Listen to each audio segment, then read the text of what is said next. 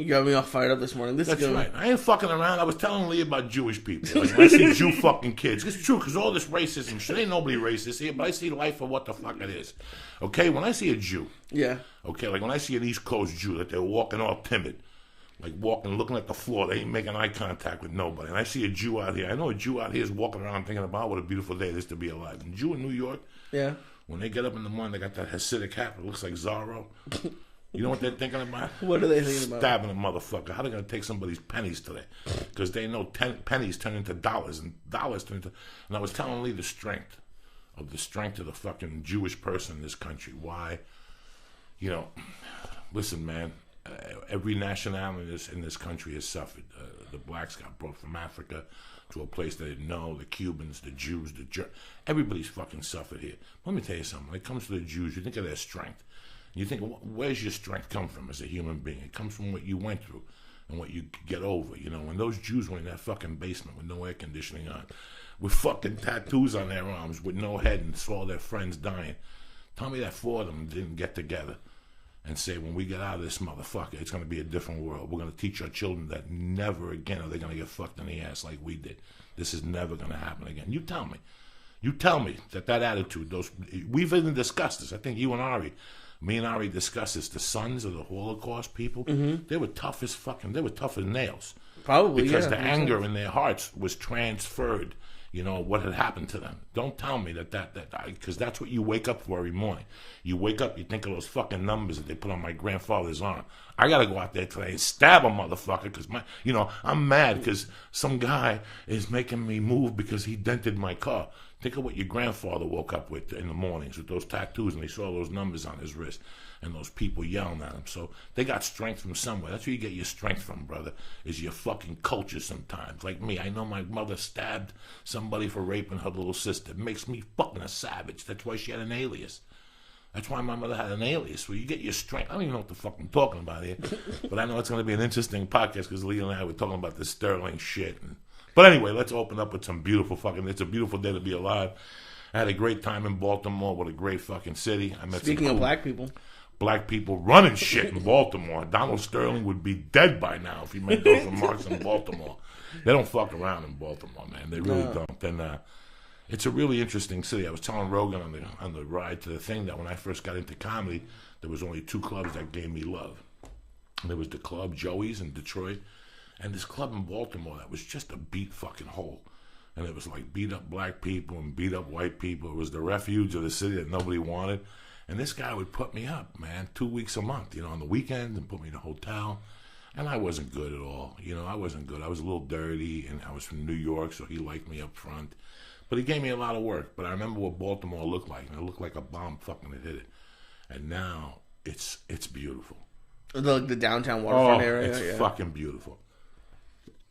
It really is. It really, really fucking is beautiful. I had a nice time. The people, the fucking show. It was 2,000 people, and after we got out there, and the line was from here to fucking Lancashire. Jesus. And we took pictures, and we were there till midnight, and it's just very nice to be a part of something as a comedian. Lee was saying that he saw the commercial for David Spade last night. And I was telling Lee that, listen, guys, I'm not the best fucking comic out there. But the last 6 weeks on the road, I've learned a lot about myself. Fort Lauderdale and Boston and New Jersey and the people that came to Grand Rapids. Guys, I feel like I'm onto something now, stand-up-wise especially. I paid my dues. And, I was telling Lee, as a Jew, as a badass business Jew, as a businessman, there's not one Jew at Comedy Central that looks at the other and goes, come here for a second. That Diaz guy, I really don't like him. He's a fucking fat slob or whatever the fuck they want to say. But this motherfucker's onto something. Why don't we give him a little something just in case? Let him do a special. If it goes well, it goes well. If it doesn't, we write it off and say he's a bum. But at least we have him in our fucking catalog. You know what I'm saying? That's business. Sometimes you let your feelings get ahead of what you really are. And I appreciate it that they don't want to do it. But David Spade, like I've said 1,000 times, love the guy, love his TV shows, but he hasn't said nothing that somebody hasn't written from funny in fucking 30 fucking years. And I'm not lying here to nobody. I'm not player hating or whatever. There's a lot of people who ain't fucking funny on TV. Anyway, where the fuck are we going today with this shit, Lee? I don't know. How come you're not fucking controlling the podcast?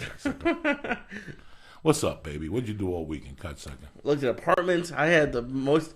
I called you, and I wish you were there. Like, thank you for making me walk. Just if I died tomorrow, that I was the happiest I ever was on Saturday. So where'd you go? Okay, so I went to go look at an apartment, and I had time in between another one, so I went and got some lunch, and then I decided to walk to the next apartment. It was like half a mile away. So I was walking, and there were like a lot of homeless people, and I figured out why. It's because the grocery store nearby had a can delivery place, so they all hang out there. This woman was walking towards me. She looked me straight in the face. She said, "Did I see you yesterday?" I said, "No." She said, "Do you walk on La Brea?" And that's in Hollywood, and I live in the Valley. I'm like, "No." She's like, "Let me ask you something.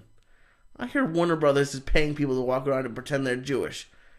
What do you think about that?" I'm like, "No." She's like, "I think that's true. I hear they don't really do anything. They pretend they're Jewish." I said, "Maybe," and I walked away laughing for about 15 minutes. She did not know you were the flying Jew. She didn't know anything. You didn't know nothing. You just fucking... And the funniest thing is, most people get to... Not with this, because my name's a flying Jew, but in life, people usually, like, are surprised when I say I'm Jewish. I don't know why.